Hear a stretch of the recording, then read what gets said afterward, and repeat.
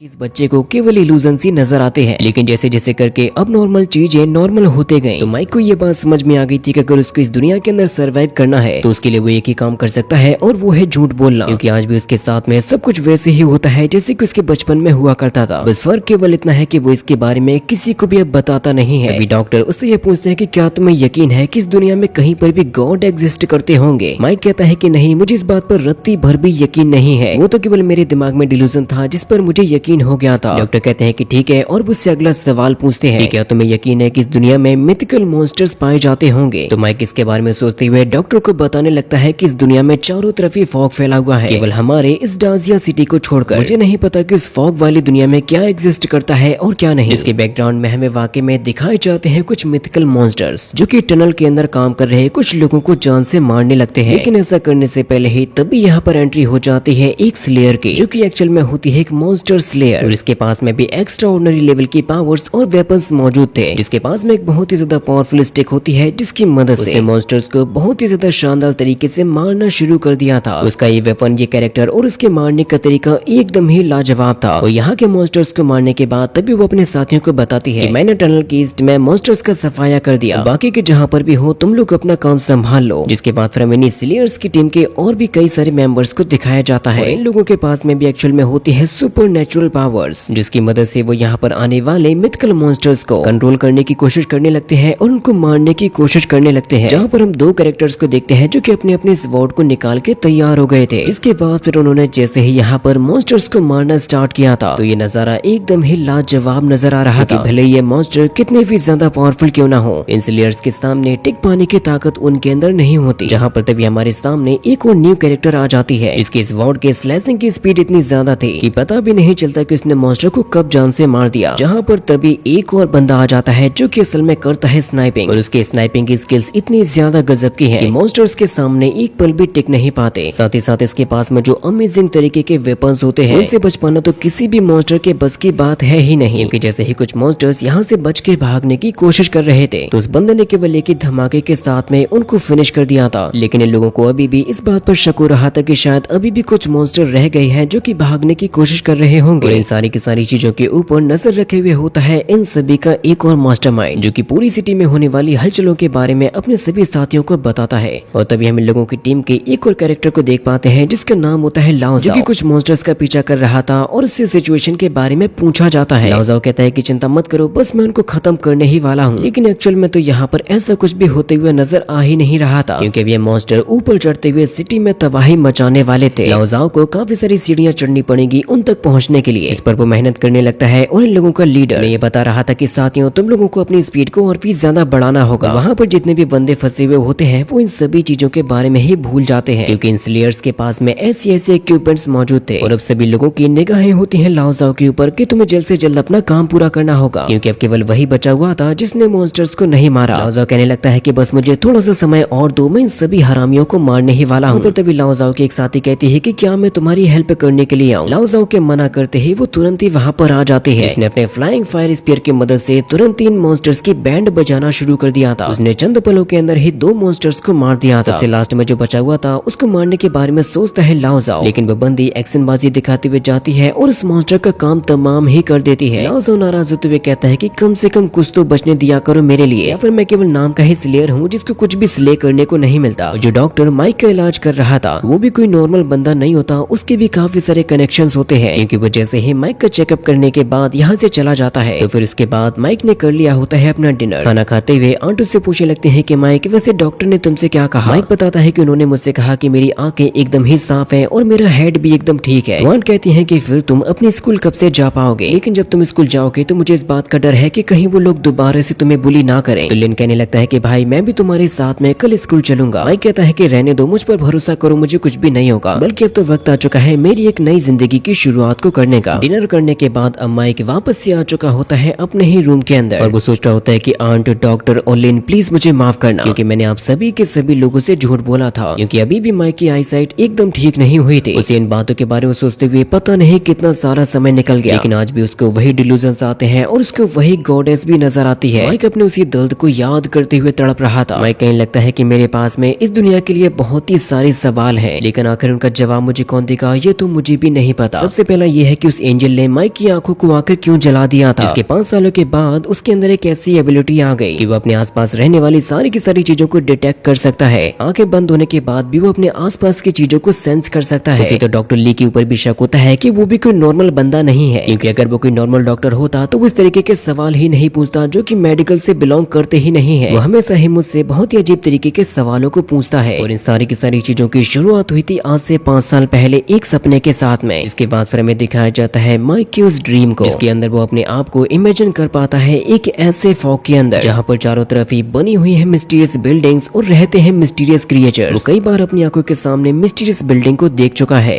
लेकिन आज तक कभी भी वो इस बात का पता नहीं लगा पाया कि असल में इसके अंदर है क्या। वजह से इस बार माइक पहुंच गया होता है उसी दरवाजे के ही सामने, जिसको एक्चुअल में कहते हैं असाइलम ऑफ द गॉड्स, जिसके ऊपर माइक को शक होता है कि क्या वाकई में इसके अंदर उसको गॉड्स देखने को मिल भी सकते हैं, क्योंकि ऐसा होने के चांसेस वैसे ही हैं जैसे कि पानी के ऊपर चलना।